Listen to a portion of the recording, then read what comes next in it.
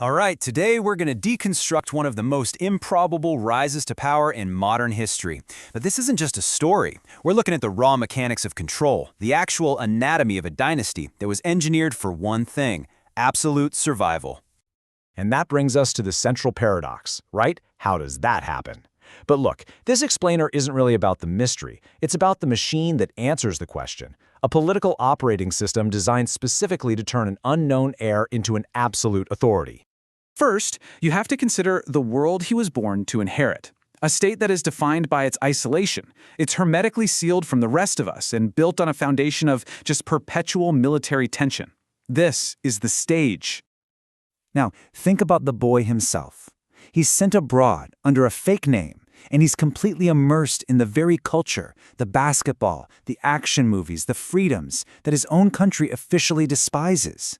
And this isn't just a fun fact. It's his first lesson in how to be anonymous and how to watch. So, to understand the man, you absolutely have to understand the machine he was handed the keys to. This is a system of total control, engineered by his grandfather, Kim Il-sung, and then perfected by his father. So, what's really important here is the legitimacy that this timeline confers. You see, in North Korea, power isn't won, it's inherited. It's passed down through what they call the Paektu bloodline. This makes it the world's only communist hereditary dictatorship, which is a fundamental contradiction that is, ironically, the very source of its power. And if the dynasty is the hardware, this is the software running on it, Songbun. It's basically a caste system that predetermines the life of every single citizen from the moment they are born. It structurally engineers loyalty by making it the currency for survival. Dissent isn't just punished, it is literally inherited. So, long before he was a 4-star general with zero combat experience, he was a ghost. His first real education in power didn't happen in some military academy in Pyongyang. It happened in a public school in Bern, Switzerland. And here's the crucial point.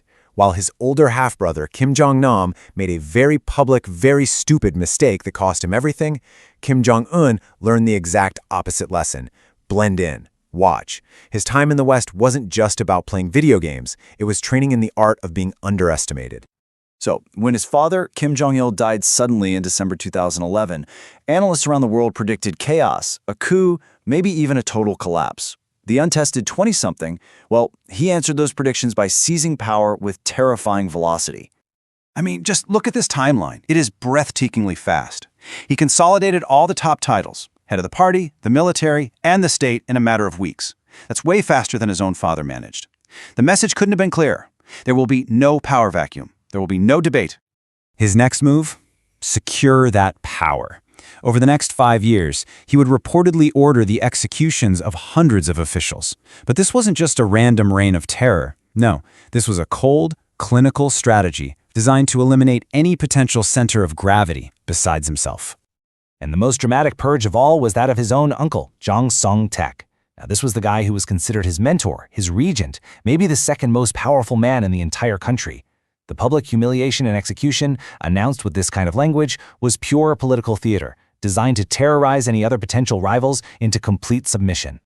And this just brilliantly illustrates the logic behind it. The purges weren't random acts of a paranoid kid. They followed a cold, rational playbook. Step 1, you decapitate the guardianship system your father left behind. Step 2, you make a brutal, public example to scare anyone else. And finally, Step 3, you use that vacuum to rewire the entire system so that all lines of loyalty, all the money, and all the power lead directly and only to you. So, with his rivals dead or silenced, Kim began to really reshape the architecture of the North Korean state, building it to reflect his own priorities and cement his control. A huge part of this was systematically reversing his father's famous military-first policy. The message was unmistakable. The army is the sword, but the Workers' Party is the hand that wields it. By recentering the party, he put a political check on the generals, making sure the military served him, not the other way around. And then he announced the defining policy of his rule, Byungjin. This was basically a grand bargain he was offering to the North Korean people and to the world. He promised to deliver both things at once: nuclear security and economic prosperity. You know, this dual strategy was pretty genius in its simplicity. The nukes would deter any foreign intervention and force the world to take him seriously. And the ski resorts, the water parks, the new high-rises in Pyongyang, they would bolster his legitimacy at home. creating a visible, tangible story of progress, at least for the elite. And he pursued the buns part of that policy with an almost obsessive velocity. In his first decade in power, he tested nearly 3 times more ballistic missiles than his father and grandfather did combined. This radical acceleration didn't just continue the program, it rapidly advanced his country's capabilities from a regional threat to a potential global one. So having inherited, purged, and then rewired the entire system, he now operates it with this calculated precision, and he uses it for both internal control and for navigating the very complex stage of international politics. You know, his dramatic diplomatic moves, stepping across the DMZ, the summits with the sitting U.S. president, they were a masterclass in using the meeting as the message. The optics were everything. They projected legitimacy and reasonableness to the world, buying him prestige and, most importantly, time, all while his weapons program just kept humming along quietly in the background. And so the regime now operates in this calibrated, pretty predictable loop that's engineered for one thing: survival. You create a threat. You use that threat to create leverage. You trade that leverage for some kind of relief. And then you hit reset and continue your work until you need to run the playbook all over again.